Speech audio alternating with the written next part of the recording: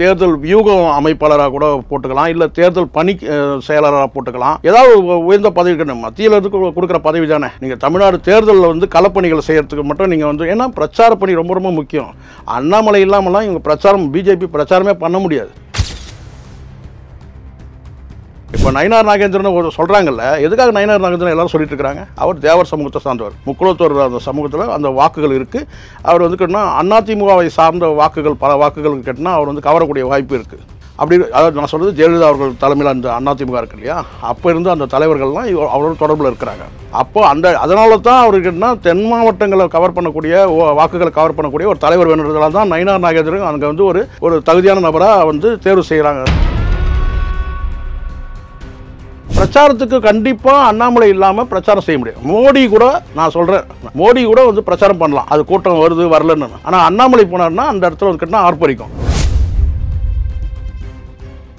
DMK எதிர்க்கிற வேலையை தான் வந்து பார்த்தீங்கன்னா விஜய் வச்சு செய்ய போகிறாங்க பிஜேபி.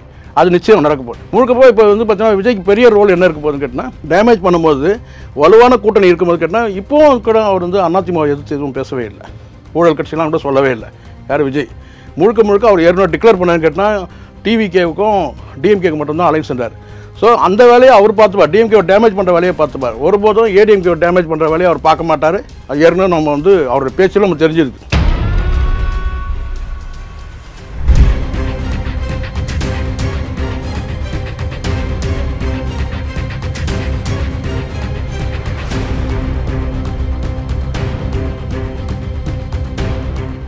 ரியல் ஒன் நண்பர்கள் நேயர்களுக்கு வணக்கம். தொடர்ச்சியாக பல்வேறு முக்கியமான தகவல்களை நம்முடைய வாசகர்களுடன் பகிர்ந்து வரும் பத்திரிகையாளர் சேகோரா ஜெய்சங்கர் அவர்கள் நம்முடைய இருக்கிறார். வணக்கம் சார். வணக்கம் சார். வணக்கம். இப்போ பார்த்தீங்க அப்படின்னா, அண்ணாமலை அவர்கள் இப்போ தலைவர் பதவியிலேருந்து பதவி எடுக்கப்பட்ட பிறகு அண்ணாமலை தமிழ்நாட்டில் இருக்கிறார் அப்படின்னா, இந்த தலைவருக்கு மேலே ஏதாவது ஒரு பதவி கொடுப்பதற்கான வாய்ப்புகள், புதிதாக ஒரு பதவி உருவாக்குவதற்கான வாய்ப்புகள் இருக்குமா? இருக்கலாம் சார். தேர்தல் பணி கூட இப்போ ஏன்னா இப்போ பல கட்சிகள் இருக்குது இல்லையா. இப்போது தாவேக்கால கூட புதுசாக ஒரு பதவி போட்டாங்க. அது மாதிரி வந்து இப்போ தேர்தல் வியூகம் அமைப்பாளராக கூட போட்டுக்கலாம், இல்லை தேர்தல் பணி செயலாளராக போட்டுக்கலாம். ஏதாவது உயர்ந்த பதவி மத்தியில் இருந்து கொடுக்குற பதவி தானே. நீங்கள் தமிழ்நாடு தேர்தலில் வந்து களப்பணிகளை செய்யறதுக்கு மட்டும் நீங்கள் வந்து, ஏன்னா பிரச்சார பணி ரொம்ப ரொம்ப முக்கியம். அண்ணாமலை இல்லாமலாம் இவங்க பிரச்சாரம், பிஜேபி பிரச்சாரமே பண்ண முடியாது.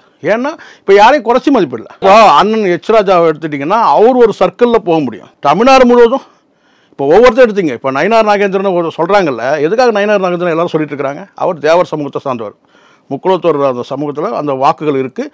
அவர் வந்து கேட்டால் அதிமுகவை சார்ந்த வாக்குகள், பல வாக்குகளுக்கு கேட்டால் அவர் வந்து கவரக்கூடிய வாய்ப்பு இருக்குது. அப்படி அதாவது நான் சொல்கிறது, ஜெயலலிதா அவர்கள் தலைமையில் அந்த அதிமுக இருக்கு இல்லையா, அப்போ இருந்து அந்த தலைவர்கள்லாம் அவரோட தொடர்பில் இருக்கிறாங்க. அப்போது அதனால தான் அவருக்கு கேட்டால் தென் மாவட்டங்களை கவர் பண்ணக்கூடிய, வாக்குகளை கவர் பண்ணக்கூடிய ஒரு தலைவர் வேணுன்றதால தான் நயினார் நாகேந்திரன் அங்கே வந்து ஒரு தகுதியான நபராக வந்து தேர்வு செய்கிறதா இருக்கிறாங்க. அது கூட டிக்ளேர் ஆகலை, நான் சொல்கிறேன்.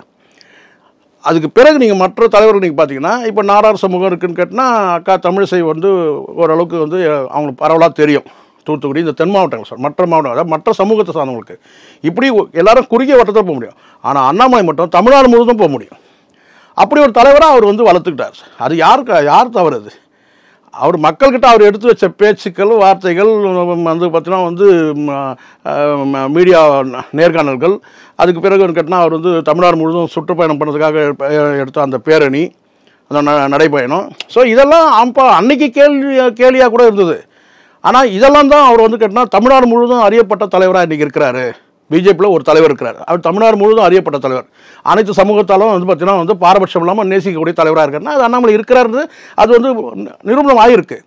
இப்போ நிர்பந்தம் அதிமுக கூட்டணிக்கு போகணும். அப்போ அவர் வந்து கேட்டால் நீங்கள் வந்து கொஞ்ச நாள் விலகிருங்க. அப்போ பிரச்சாரத்துக்கு கண்டிப்பாக அண்ணாமலை இல்லாமல் பிரச்சாரம் செய்ய முடியும். மோடி கூட, நான் சொல்கிறேன், மோடி கூட வந்து பிரச்சாரம் பண்ணலாம், அது கூட்டம் வருது வரலன்னு. ஆனால் அண்ணாமலை போனார்னா அந்த இடத்துல வந்து கேட்டால் ஆர்ப்பரிக்கும்.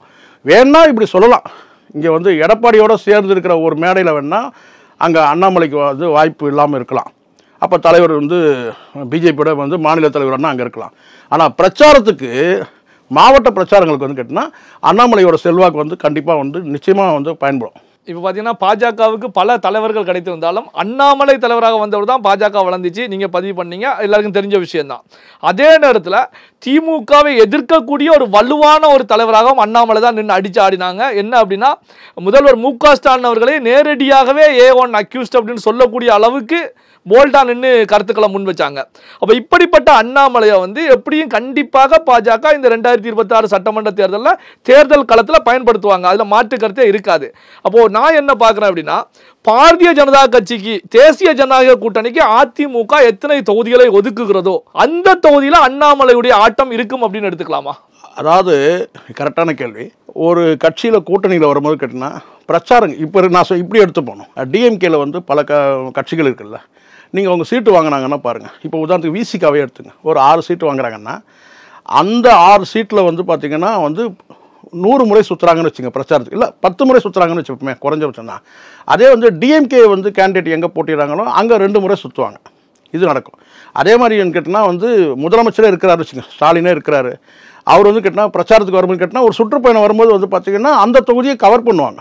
ஆனால் அந்த கட்சியோட தலைவர் தான் யார், திருமாவளவன் தான் கேட்டினா எங்கெல்லாம் நம்ம சீட்டு வாங்கியிருக்கணுமோ அங்கே ஜெயிச்சாக வேண்டிய கட்டாயம் கேட்டினா அங்கே வந்து பார்த்தீங்கன்னா ஒரு முறைக்கு 10 முறை அங்கே போவாங்க. அது மாதிரி தான் இங்கே கேட்டால் பிஜேபி வந்து பார்த்தீங்கன்னா நாளைக்கு வந்து ஒரு 50 சீட்டு வாங்குறாங்க, இல்லை 60 சீட்டு வாங்குறாங்க, 100 சீட்டு வாங்குறாங்க. அந்த தொகுதியில் வெற்றி பெறக்கூடிய அந்த கேட்டினா அந்த பணிகளை வந்து அந்த கட்சி தான் செய்யணும். அப்போ கண்டிப்பாக வந்து கேட்டினா அதிமுக போட்டியிட இடத்துல வந்து கேட்டினா இவர் போகாமல் வேணால் இருக்கலாம். ஆனால் பிஜேபி எங்கே போட்டியிடுதோ அங்கே இவர் வந்து கட்டாயம் போக வேண்டிய சூழ்நிலை வரும். ஆனால் நான் நினைக்கிறேன் இன்னும் 1 வருஷம் இருக்கிறதுனால போக போக வந்து நெருக்கம் நாட்கள் கடந்து போகும்போது கேட்டிங்கன்னா வந்து ஒரு ஜெல் ஆயிடுவாங்க. அண்ணாமலை எடப்பாடியும் கூட வந்து பார்த்திங்கன்னா வந்து நாளைக்கு இணக்கமாக ஆயிடுவாங்க அப்படின்ற ஒரு எண்ணம் கூட எனக்கு இருக்குது. தேர்தல் நேரத்தில் ஒரே மேடையில் போகலாம், இல்லை ஒரே ஸ்டேஜில் கூட நின்று ஒரு வண்டியில் நின்று கூட பிரச்சாரம் பண்ணலாம், அது மாறதுக்கான வாய்ப்பு இருக்குது. சட்டமன்ற தேர்தலையும் வந்து பார்த்திங்கன்னா வந்து அண்ணாமலை போட்டியிடுறதுக்கான வாய்ப்பு இருக்குது. சட்டமன்றத்துக்கு உள்ளே வந்து போனால் தான் நாளைக்கு ஒரு காலத்தில் கேட்டினா ஏதாவது வந்து வேறு ஏதாவது அரசியல் மாற்றங்கள், சூறாவளி புயல்லாம் அடிக்கும் போது ஆட்சி அமைக்கிறது. ஆக மட்டும் கேட்டினா இந்த இவங்க அகில இந்திய பிஜேபி கணக்கு ஒரு மாஸ்டர் பிளான் தான். எதுக்காக இவ்வளோ முனைப்பு காட்டுறாங்கன்னு கேட்டிங்கன்னா, எவ்வளோ தொகுதியில் இவங்க சீட்டு வாங்குறாங்க, இந்த பேரங்களில் வந்து பார்த்தீங்கன்னா இவங்க இறங்கி போகிறதுக்கான வாய்ப்பு இதெல்லாம் இருக்கும் கண்டிப்பாக பிஜேபி. இவங்க இதில் இறங்கி போனாங்கன்னா நாளைக்கு வந்து 29 பாராளுமன்ற தேர்தலில் கூடுதலான எண்ணிக்கையில் சீட்டு வாங்குறதுக்கான வாய்ப்பு கூட இருக்கும். ஸோ இதை வந்து இந்த தேர்தலில் வந்து கொஞ்சம் நம்ம அதிமுக விட்டு கொடுக்குற மாதிரி கூட வந்து சில நடவடிக்கைகள் இருக்கலாம். இது வந்து மாஸ்டர் பிளான் தான். நான் சொல்கிறது என்ன கேட்டால் 26 தேர்தல் மட்டுமே இல்லை, 29 தேர்தலையும் வந்து பார்த்தீங்கன்னா மனசில் வச்சு தான் இது வந்து பார்த்தீங்கன்னா பெரிய ப்ராஜெக்டாக இதை பண்ணுறாங்க. நீங்கள் சொல்கிறாங்க கேட்டிங்கன்னா டிஎம்கே எதிர்க்கிற வேலையை தான் வந்து பார்த்தீங்கன்னா விஜய் வச்சு செய்ய போகிறாங்க பிஜேபி. அது நிச்சயம் நடக்க போகுது. முழுக்க போய் இப்போ வந்து பார்த்தீங்கன்னா விஜய்க்கு பெரிய ரோல் என்ன இருக்க போகுதுன்னு கேட்டிங்கன்னா, டேமேஜ் பண்ணும்போது வலுவான கூட்டணி இருக்கும்போது கேட்டால் இப்போவும் கூட அவர் வந்து அதிமுக எதிர்த்து எதுவும் பேசவே இல்லை, ஊழல் கட்சியெலாம் கூட சொல்லவே இல்லை. யார் விஜய் முழுக்க அவர் ஏற்கனவே டிக்ளேர் பண்ணான்னு கேட்டால் டிவிகேவுக்கும் டிஎம்கேக்கு மட்டும்தான் அலைன்ஸ் சென்றார். ஸோ அந்த வேலையை அவர் பார்த்துப்பார், டிஎம்கேவை டேமேஜ் பண்ணுற வேலையை பார்த்துப்பார். ஒருபோதும் ஏடிஎம்கேவை டேமேஜ் பண்ணுற வேலையை அவர் பார்க்க மாட்டார். அது ஏற்கனவே நம்ம வந்து அவருடைய பேச்சில் நம்ம தெரிஞ்சிருக்கு. ஸோ என்ன நடக்குதுன்னு பார்ப்போம். இப்போ பார்த்தீங்கன்னா இப்படியான நிலையில தான் தமிழக முதலமைச்சர் மு.க. ஸ்டாலினை பொறுத்த வரைக்கும் கடந்த ஒரு சில வாரங்களாக எடுத்துக்கிட்டிங்கன்னா வெளிப்படையாகவே ஒரு கருத்துக்களை பதிவு பண்ணுறாங்க. எங்கள் அலையன்ஸ் ஸ்ட்ராங்காக இருக்குது, யாராலையுமே உடைக்க முடியாது, அதாவது எதிரிகள் வந்து உடைக்க பார்க்குறாங்க ஆனால் உடைக்க முடியாது அப்படிங்கிற கருத்துக்களை பதிவு பண்ணுறாங்க. இப்போது மார்க்சிஸ்ட் கம்யூனிஸ்ட் கட்சியுடைய மாநாடு மதுரையில் நடக்கும் போதும் அதே கருத்துக்களை தான் பதிவு பண்ணுறாங்க. கூட்டணி வலுவாக இருக்குது அப்படின்னு.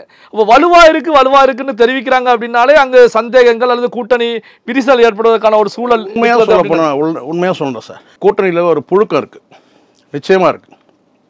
பல சம்பவங்களும் சொல்ல முடியும். ஆனால் ஒற்றுமையாக இருக்கிற மாதிரி ஒரு மாயை இருக்குது. ஆனால் உள்ளுக்குள்ளே நான் கேட்குறேன், அண்ணன் திருமாவுக்கு புழுக்கம் இல்லையா? உள்ளுக்குள்ளே இருக்குது, வெளியே சொல்ல முடியல. சமீபத்தில் கூட அவர் வந்து பார்த்திங்கன்னா வந்து அந்த யூடியூப்பில் யாரும் போய் பேசாதீங்கலாம் சொன்னார்ல, மீடியாவில் போய் பேசாதீங்க சொன்னார். அது யாரை மனசு வச்சு சொல்கிறார் அவர்? கோபி நாயனார் வந்து முக்தார்கிட்ட போய் பேட்டி கொடுக்கும்போது பல விதமாக உளர்றார், அதை பார்த்தோம். அதே மாதிரி அவங்க கட்சியில் இன்னொரு நபர் கூட போய் பேட்டி கொடுக்கும்போது உளறதை நம்ம பார்க்குறோம். ஆனால் அவர் குறிப்பாக எடுத்துகிட்டு கேட்டினா முக்தார்கிட்ட போய் பேசும்போது ரொம்பவும் வந்து வெளியே போகிறத பார்க்குறோம். கோபி நாயனார் யாருன்னு கேட்டால் இவருடைய வந்து நிர்வாகி தான், கட்சி நிர்வாகி தான். இப்போ வேணால் இல்லாமல் இருக்கலாம் அவங்களுக்குள்ள வரும், ஆனால் இது வந்து அவருடைய நிர்வாகி தான். ஸோ இதெல்லாம் பார்க்கும்போது இதை வந்து கேட்டால் சூழ்ச்சிகளை புரிஞ்சுங்கலாம் சொல்கிறார். நேரடியாக சொல்லாமல் சூழ்ச்சிகளை புரிஞ்சிக்காமல், சதி என்ன இருக்குன்றதெல்லாம் புரிஞ்சிக்காமல் நீங்கள் போய் பேசுகிறீங்க அப்படின்னு சில வந்து கடுமையாக பேசினார் இல்லையா, இதெல்லாம் அந்த அடிப்படை வச்சு தான். உள்ளுக்குள்ளே புழுக்கம் இருக்குது, இல்லாமலாம் இல்லை. இன்னும் கூட வந்து விஜய் நண்பர்ன்ற அந்த ஒரு வார்த்தையை அடிஷனலாக போட்டதோட நோக்கம் கூட என்னன்னு கேட்டால், நாளைக்கு என்ன நடக்குதுன்றதுக்காக கூட இருக்கலாம். உள்ளுக்குள்ளே புழுக்கத்தோடு தான் இருக்கிறாங்க, கம்யூனிஸ்ட் தலைவர்களும் புழுக்கத்தோடு தான் இருக்கிறாங்க, அது கன்ஃபார்ம். இப்போ டிக்ளேர் ஆயிடுச்சு இல்லை, வேறு வழி இல்லை. இனி வந்து சொல்லுவாங்கள்ல, கழுத கட்டா குட்டி சவருன்னுவாங்கள்ல, அப்படி தான். ஏன்னா பிஜேபியோட வந்து ஏடிஎம்கே அலைன்ஸ் ஆயிடுச்சுன்னா அங்கே வந்து கதவு முடிஞ்சிச்சு. இனி பிஜேபிகள் அந்த பக்கம் போக முடியாது, விசிகாவும் அங்கே போக முடியாது. வேறு வழியே இல்லாமல் டிஎம்கேட இருப்பாங்க.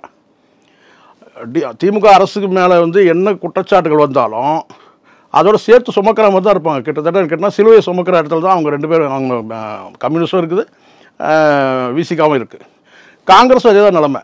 காங்கிரஸ் இந்த தலைவர் போய் இன்னொரு தலைவர் வந்தாலும் அவங்க வேறு வழி இல்லாமல் கேட்டால் வந்து டிஎம்கேட வந்து பெண்ட் பண்ணி போவாங்க, அவ்வளோதான் என்ன நடந்தாலும். ஓகே சார், இப்போ வந்து பார்த்தீங்க அப்படின்னா இங்கே திமுக ஒரு அலையன்ஸ் வந்து வலுவாக இருந்துகிட்டு இருக்கு. இந்த பக்கம் அதிமுக பாஜக அப்படிங்கும் போது மற்ற கட்சிகள் எல்லாம் சேர்த்து அலையன்ஸ் உருவாக போகிறது, அதற்கான வழிகள் தெரிஞ்சுக்கிட்டே இருக்கு. ஸோ அப்போ இங்கேயும் ஒரு அலையன்ஸ் உருவாகுது அப்படின்னா இந்த பக்கம் டிவிகே ஒரு முக்கோண போட்டி, மும்முனை போட்டி அப்படின்னு எடுத்துக்கலாமா? இது இடையில நீங்கள் ஒருத்தர் மறந்துட்டீங்களே, மும்முனை போட்டி சொல்லணும் கேட்டால் சீமான் மறந்துட்டீங்க நீங்கள். ஏன்னா ஏற்கனவே 8% வாக்குகள் வாங்கியிருந்தாலும் இப்போ அடுத்தது கேட்டால் ஒரு வாக்கு சரிவாயிடுச்சுன்னு சொல்லிட முடியாது இல்லை, பல பிரச்சனைகளுக்கு எல்லா கட்சியும். முக்கோண போட்டி மும்முனை போட்டி அப்படின்னு கேட்டது என்ன அப்படின்னா, சமீபத்தில் சி ஓட்டர் கருத்து கணிப்பையும் நீங்க பார்த்திருப்பீங்க. கரெக்ட். அதுல நாம் தமிழர் லிஸ்ட் அவுட் ஆகல, லிஸ்ட்லயே எடுத்துட்டு வரல திமுக. அதுவே ஒரு அநீதி தானே. நான் என்ன கேட்குறேன், ஒரு 8% உள்ள கட்சி இப்போ இதிலே தெரிஞ்சுங்களா, எனக்கு இந்த சி ஓட்டர்ஸில் அந்த கருத்து கணிப்பில் எனக்கு நம்பிக்கையே இல்லை. முதல்ல கட்சி ஆரம்பித்து 1 வருஷம் தான் ஆகுது. அவர் பெரிய தலைவராக கூட, நான் நடிகராக கூட இருக்கட்டுமே, ஆனால் அவர் கொடுக்குறது வந்து கேட்டால் 17% கொடுக்குறீங்க. என்ன ஏற்கனவே 8% மேலே வாங்கின ஒரு கட்சி, குறைஞ்சபட்சம் நீங்கள் வந்து பர்சன்டேஜ் கூட குறைச்சிக்கலாம் நீங்கள். ஆனால் லிஸ்ட் அவுட் பண்ணலன்னா அப்போ என்ன பொருள்? அப்போ அந்த அளவுக்காக இருக்குது கட்சி. எனக்கு நான் சொல்கிறேன் சார், எப்படி வந்து அண்ணாமலைக்கு வந்து ஒரு பவர் இருக்கோ, சீமானுக்கும் வந்து பார்த்தீங்கன்னா வந்து பரவலாக மக்கள்கிட்ட வந்து கேட்டால் ஒரு பார்வை இருக்குது. இல்லைன்னா நம்ம குறைச்ச ஒரேடியாக நம்ம கீழே போட்டு தரையில் போட்டக்கூடாதுல்ல. 8% வரைக்கும் ஒரு அங்கீகரிக்கப்பட்ட ஒரு கட்சி, அதை நீங்கள் வந்து சி ஓட்டர்ஸ் லிஸ்ட்லேயே கொண்டு வரலன்னு சொன்னாலே அதுவே ஒரு ஃபேக்கு தான் நான் சொல்லுவேன். நான் கண்டிப்பாக எனக்கு நம்பிக்கை இல்லை. ஆனால் நீங்கள் சொன்ன மாதிரி வந்து டபுள் டிஜிட்டில் அவர் வாங்குவாரா அப்படிலாம் சொல்கிறாங்கல்ல, அது வாய்ப்பு இருக்குது. டபுள் டிஜிட் நீங்கள் எப்படி வேணாலும் எடுத்துக்கலாம். ஒன்று பக்கத்தில் சைபர் போட்டால் டபுள் டிஜிட் தானே அது, அப்படி கூட நீங்கள் எடுத்துக்கலாம். ஆனால் நான் சொல்கிறேன் என்னன்னு கேட்டிங்கன்னா வந்து, எப்படி பார்த்தாலும் இங்கே போட்டியே வந்து கேட்டால் இங்கே பிஜேபியோட அலைன்ஸ் சேர்ந்துச்சுன்னா பிஜேபி வந்து பார்த்தீங்கன்னா ஒருங்கிணைக்கிற வேலையை செய்வாங்க கண்டிப்பாக. நான் ஏதிர்பார்க்குற ஒரு யூகமாக கூட நான் சொல்கிறேன், கண்டிப்பாக வந்து டிடிவியும் ஓபிஎஸ்சியும் வந்து ஒரு உள்ஒதுக்கீடு மூலமாக கொண்டு வர முடியும். இப்போது நேரடியாக ஏடிஎம்கேல சேர வேணாம், கூட்டணி கிடையாது, நீங்கள் எங்களுக்கு கொடுக்குறீங்களா சீட்டு, அது 50 சீட்டோ 60 சீட்டோ, அதில் வந்து நாங்கள் வந்து பார்த்தீங்கன்னா வந்து ஒரு உள்ஒதுக்கீடு கொடுத்துக்கிறோம்னு சொல்லிட்டு ஓபிஎஸ்சியும் டிடிவியும் கூட இணைச்சிக்கிறதுக்கான வாய்ப்பு இருக்குது. அப்போது ஒரு வலுவான ஒரு கூட்டணி ஆகிடும். ஓபிஎஸ்சி, டிடிவி, அதுக்கப்புறம் ஜான் பாண்டியன், புதிய தமிழகம், வாசன், இப்படி இருக்குன்னா ஒரு ஸ்ட்ராங்கான ஒரு கூட்டணி ஆகிற பட்சத்தில் கண்டிப்பாக நான் சொல்கிறேன், நாம் தமிழருக்கும் ஒரு ரோல் இருக்குது. அந்த நாம் தமிழர் எந்த பக்கம் போங்க, அவர் தனித்து தான் போட்டிடுவேன்னு சொன்னார்னாலும் அந்த எப்படி இருந்தாலும் அது வந்து பார்த்தீங்கன்னா அது வேஸ்டானது தான், போய் எப்படியும் வேஸ்ட் ஆகிடும் கண்டிப்பாக, நிச்சயமாக. அப்போது நாம் தமிழர் வந்து பார்த்தீங்கன்னா வந்து கண்டிப்பாக தாவேக்கா பக்கம் போகிறதுக்கான வாய்ப்பும் கிடையாது. ஏன்னா அந்த ஈகோ சிக்கல் கண்டிப்பாக வரும். ஒரு வேளை வந்து பார்த்தீங்கன்னா வந்து இபிஎஸ் கிட்ட வந்து டைரெக்டாக போய் பேசி கூட்டணிக்கு போனார்னா இன்னும் ஸ்ட்ராங். நான் சொல்கிறது உள்ஒதுக்கீட்டில் வரமாட்டார், டைரெக்டாக வந்து எடப்பாடிக்கிட்டே பேசி அங்கே ஒரு கூட்டணிக்கு போனார்னாக்கா இன்னும் ஸ்ட்ராங் ஆகிடும். டிஎம்கே நம்ம எதிர்க்கிறது தான். ஏன்னா இவங்க எப்படியும் இப்படி சப்ஜெக்ட் வைப்பாங்க. டிஎம்கே என்ன சொல்லுவாங்க கேட்டுங்க, மதவாத சக்திகளை நம்ம வந்து எதிர்க்கணும் அப்படின்னு சொல்லி ஒரு சப்ஜெக்ட் வைப்பாங்க. கண்டிப்பாக சனாதன சக்திகளுக்கு துணை போயிட்டாங்கன்னு சொல்லி ஒரு சப்ஜெக்ட் வைப்பாங்க. அப்போது இவங்க என்ன கேட்டால் திமுகவோட அராஜக ஆட்சியை ஒழிக்கணும்னா நாமெல்லாம் ஒன்றா இணைக்கணும்னு சொல்லிட்டு ஒரு வேளை சீமானையும் சேர்த்துக்கிட்டாங்கன்னா ரொம்ப ஸ்ட்ராங் ஆகிடும் கண்டிப்பாக.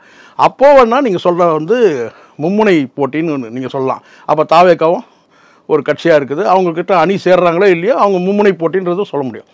ஆனால் அந்த ஒரு வேளை வந்து கேட்டால் வந்து சீமான் அங்கே போகலன்னு சொன்னால் அது 4 முனை போட்டி தான் கண்டிப்பாக. ஆனால் நீங்கள் வந்து நீங்கள் 8% வேணால் ஒரு 2% 3% குறையலாம், 4% குறையலாம். ஆனால் ஒரு 4%ன்றது நீங்கள் வந்து தூக்கி தூர போட முடியாதுல்ல. அதனால் கேட்டால் 4 முனை போட்டி தான் நடக்கும். அது என்னன்றது காலம்தான், இன்னும் நமக்கு 1 வருஷம் இருக்குது. சீமானுடைய நிலைப்பாடு என்ன, தாவேக்காவோட நிலைப்பாடு என்ன, இங்கே இந்த அலைன்ஸில் யாரெல்லாம் சேர போகிறாங்க. நான் சொல்கிற மாதிரி கேட்டால் உள்ஒதுக்கீட்டில் வந்து பிஜேபி கொண்டு வரதுக்கான வாய்ப்பு இருக்குது, டிடிவியும் ஓபிஎஸ்சியும் அப்படி நடக்கிறதுக்கான வாய்ப்பு இருக்குது. அப்போது ஆக மொத்தம்னு கேட்டால் டிஎம்கேக்கு வந்து பார்த்தீங்கன்னா வந்து சரியான வந்து ஒரு போட்டியாக தான் கண்டிப்பாக இருப்பாங்க. டிஎம்கேக்கு இனி இந்த 1 வருஷம் இருக்குல்ல, அது பெரிய சோதனை காலமாக இருக்கும் கண்டிப்பாக. ஏன்னா பிஜேபி வந்து ஆட்டத்தை ஆரம்பிச்சிட்டாங்கன்னா ஆட்டத்தை கலைக்கணும்னு ஆரம்பிச்சிட்டாங்கன்னா கண்டிப்பாக வந்து ஒரு பக்கம் அரசியல் நெருக்கடி ஒரு பக்கம் விஜய் மூலமாக நடக்கும். இன்னொரு பக்கம் கேட்டினா எதிர்க்க ஒரு அலைன்ஸ் பெரிய வலுவான அலைன்ஸ் இருக்குது, அது மூலமாக நெருக்கடி. அதுக்கப்புறம் இடி இதெல்லாம் வச்சு வந்து சென்ட்ரல் கவர்மெண்ட் கொடுக்குற நெருக்கடி. இப்படி வந்து கேட்டினா அடுத்த ஒரு வருஷம் வந்து டிஎம்கே சோதனை காலமாக கூட இருக்க வாய்ப்பு இருக்குது. பல்வேறு முக்கியமான தகவல்களை நம்முடன் பகிர்ந்து கொண்டதற்கு நன்றி சார். நன்றி சார்.